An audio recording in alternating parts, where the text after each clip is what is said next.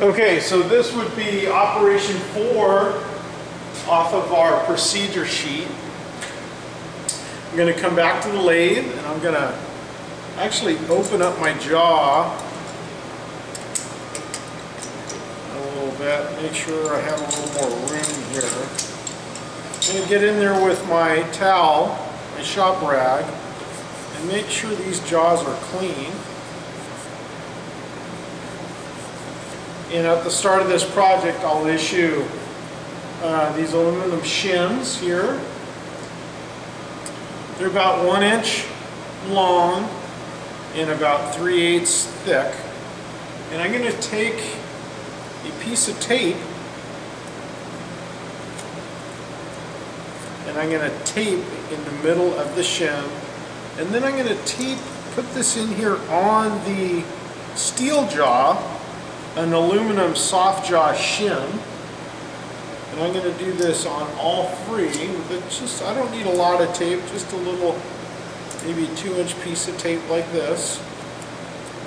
And I'm going to make sure that the face of the length here, the long side of the aluminum jaw, is flush with the face here of the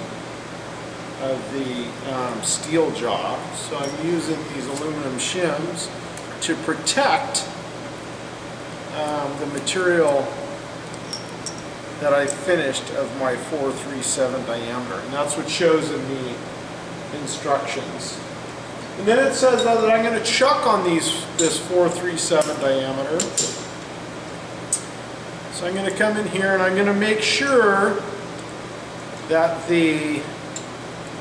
my scribe line is sticking out, so I have clearance for my tool. My tool doesn't hit the face of the chuck job. I'm going to actually have this sticking out about 1/4 inch.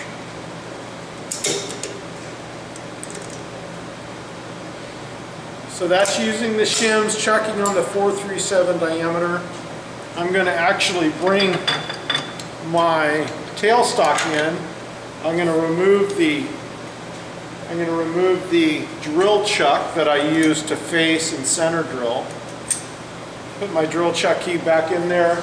I'm going to bring in my live center. This rotates on ball bearings. I'm going to make sure this is cleaned off. I'm going to extend my quill or my ram out some more.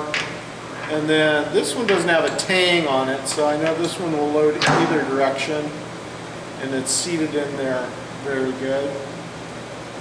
I'm actually also going to bring in my tool here because I want to make sure with this cutting tool that I can actually start on this end of the part. And I'm going to I might have clearance issues down here from the base of the tailstock to the cross slide or the carriage right here. So I'm going to bring this out to here. I can bring my cross slide back so I have clearance, and then bring this forward and make sure I have at least a 1/2 inch or so of clearance there, and then I can actually tighten my tailstock. I'm going to bring this forward. I've already chucked on I've tightened my 3-jaw universal chuck, so it's pretty tight. I can put a little pressure with this handle on my live center, and I can actually feel that I can't really rotate this by hand very easily. So this looks pretty good. I'm actually going to now lock this ram from going in and out, so this won't move. My tailstock is locked, my ram is locked, and I can't rotate this by hand. So if I actually turn this on, and before I do that I'm going to check again that my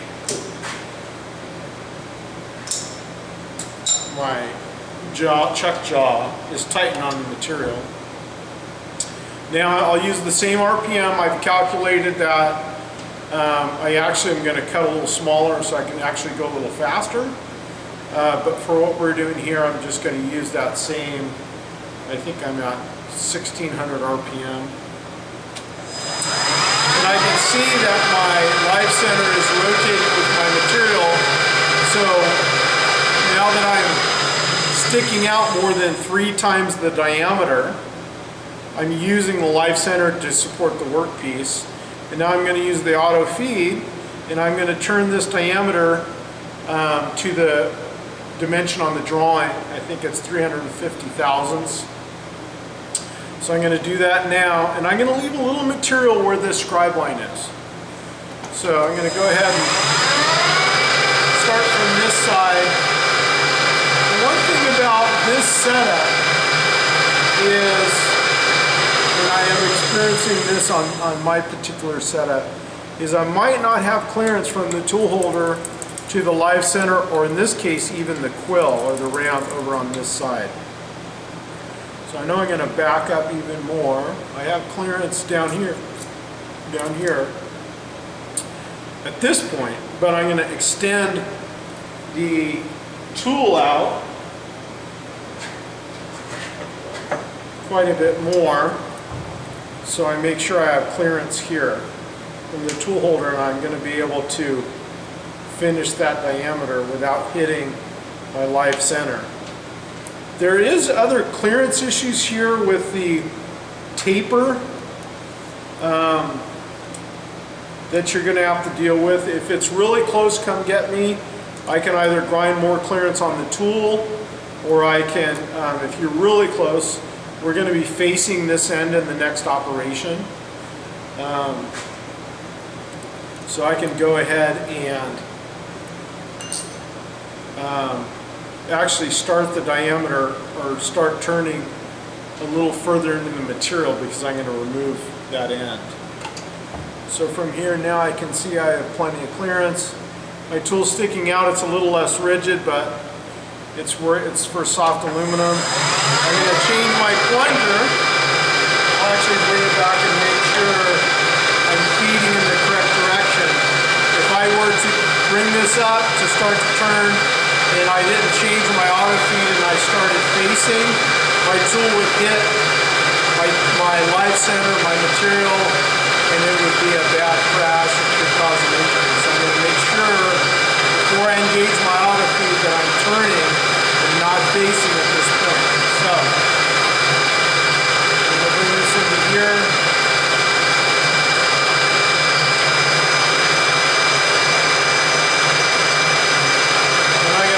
This diameter down.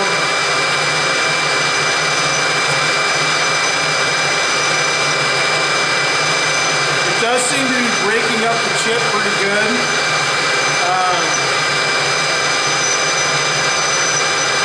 But occasionally on this project, if you don't have a good chip breaker on your tool, what can happen is you'll get chips, and they'll go in and they'll scar up.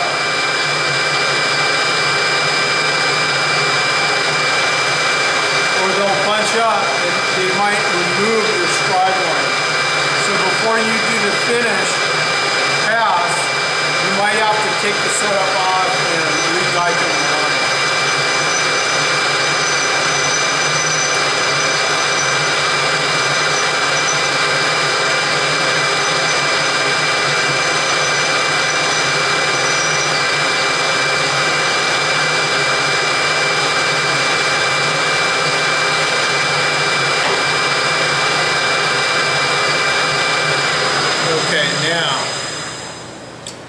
If you look real close, hopefully you can see, I actually have the scribe line still intact. I haven't really finished this diameter, and I'm not going to do so for the rest of the demo, but I am going to show you how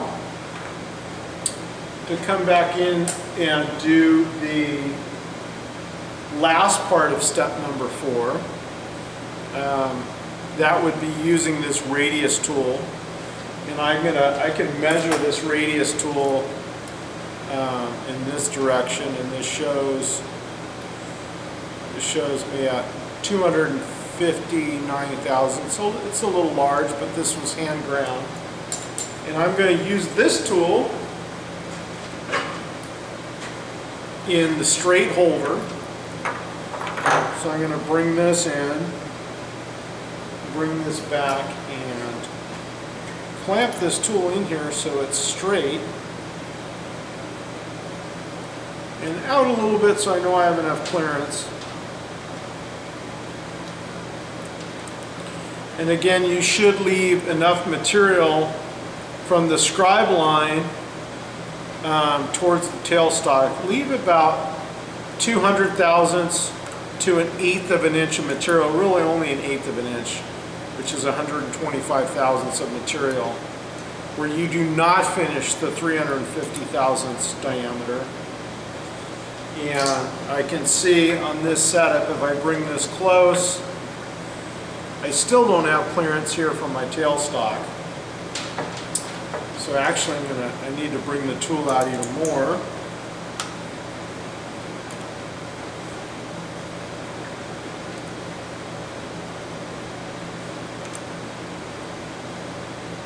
Now it's sticking out kind of far, over an inch, which is not a very rigid cut, but I'm not taking off a lot of material.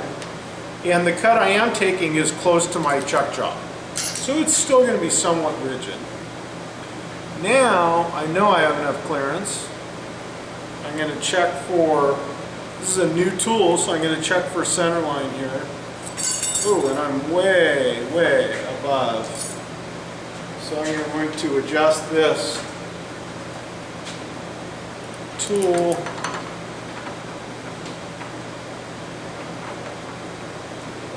up, tighten it, and then check it again. Still a little bit towards me.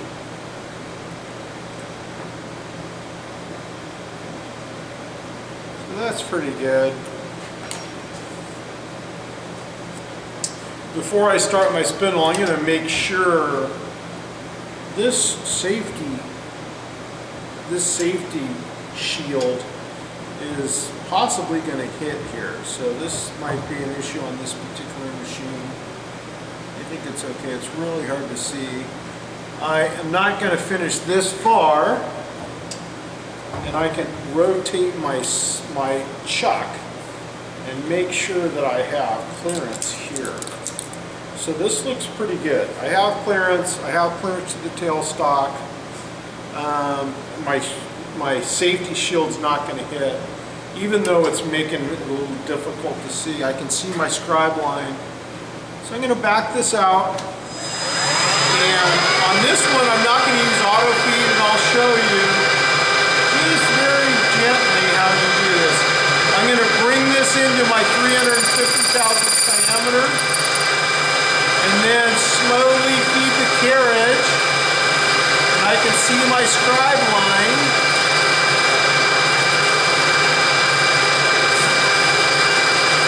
And once I hit that scribe line, I'm just going to back out on the bit. And it's probably really difficult to see for you, but there's a little bit of a radius here. With this being, it's certainly not 350 thousandths, just to shorten the demo video, but if it was, I'd see more of a radius here, and I don't see the scribe line. So from here, I would remove this, bring this back, take this tool out,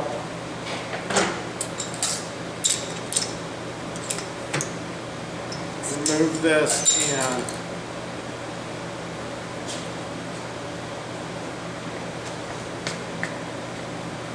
it's, again, probably pretty difficult to see, but if this were the 350 thousandths diameter, I blended with this little radius here, and I came right up to the scribe line that I've dichromed in.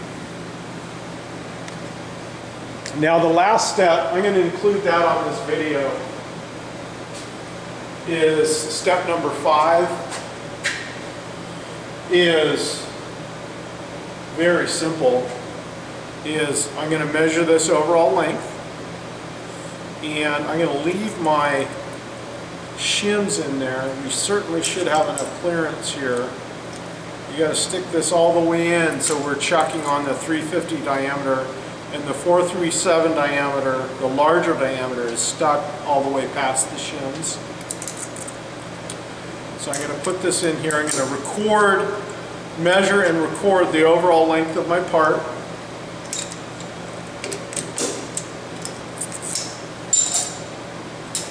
So I'm going to measure this length here with my caliper, and I have 4-inch 450 thousandths, so this one's quite long. And I'm going to have all of that material sticking out, making sure with my scale that I don't have to reinstall this. So I've got 400 thousandths sticking out. I know my overall on the drawing is 4-inch 125, so I'm going to end up taking off 325 thousandths. I'm going to put my, bring this back, put my turning tool back in. I'm actually going to remove my live center.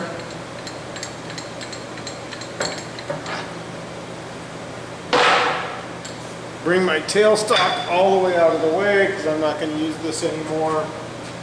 And I'm going to go ahead and, very key on this operation, very slowly bring this up.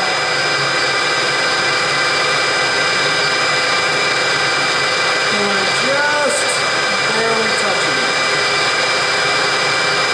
I'm watching and I'm listening.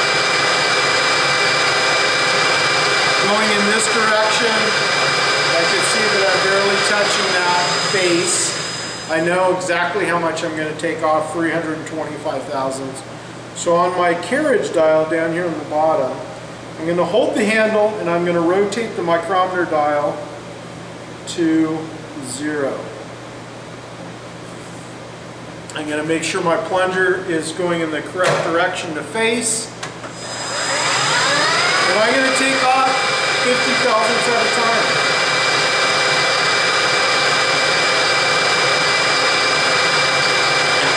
Bring this forward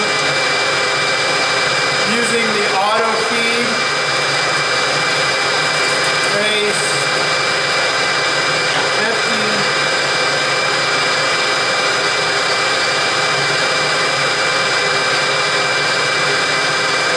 Another 50 thousandths.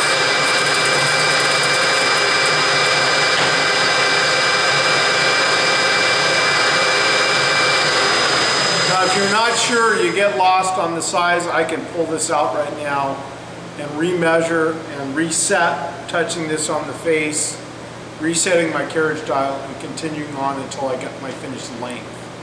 Okay. If I'm done, or when I'm done with my finished length, I'm going to show you a real quick way to do the chamfer. There is a chamfer call out on that particular end, and it shows 45 thousandths. 45 degrees at 20 thousandths. So I'm going to bring this out. I'm actually going to put the single holder back in. Actually, let's do it this way first. I'm going to, before I install that, I'm going to adjust my compound rest, not at 29.5 degrees, but at 45 degrees, so I'm going to continue on, that's 30, 45 at this point. I'm going to tighten this at 45.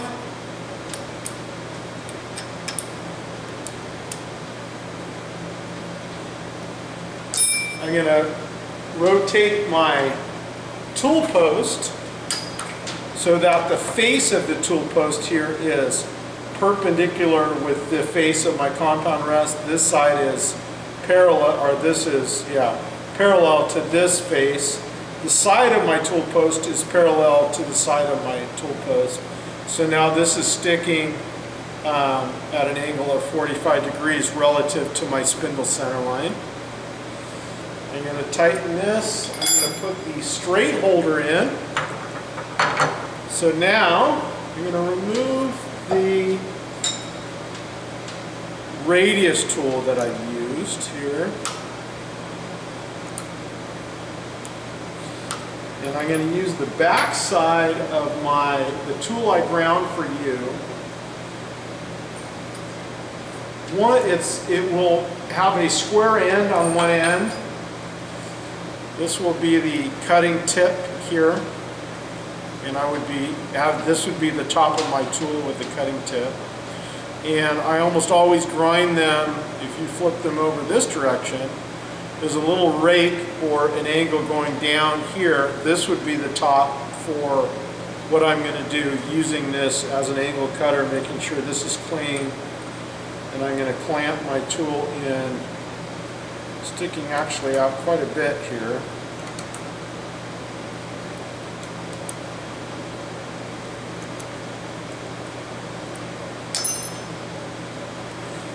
And bring this in. This one I'm not going to use auto feed, and I might have to actually feed my compound rest forward because I'm going to be using almost the full extension of my carriage here. I can actually bring this in, and I'm just going to visually look and see. It's probably close to center line based on the radius tool, because I don't really grind much off the top on the radius tool. And I can see that this actually is pretty good as far as cutting on center. So I'm going to bring this in here. I have plenty of clearance here. And I'm going to bring this close, watch it, and right as I watch this, pay attention to my dial. Right when I start to touch the edge of that diameter, where the face and the diameter meet, I see I'm not touching it. I'm going to go exactly whatever that number is. It's 20 thousandths or 30 thousandths. Probably going to change the drawing. It should be 30 thousandths. So I'm going to go in 30 thousandths on the dial. And then just back out. Now there's a very easy way to check this. I can check the diameter. There's a few different ways to check this. I can check this diameter. This is 350, and I can go to 320 and then lock this on my caliper and see if that measures correctly. I can also take this out and take this back and set this to 30 thousandths with the lock and put this in here and see, look as close as I can and see that I've made the dimension or that feature to the dimension accurately. And that would be the last step on this.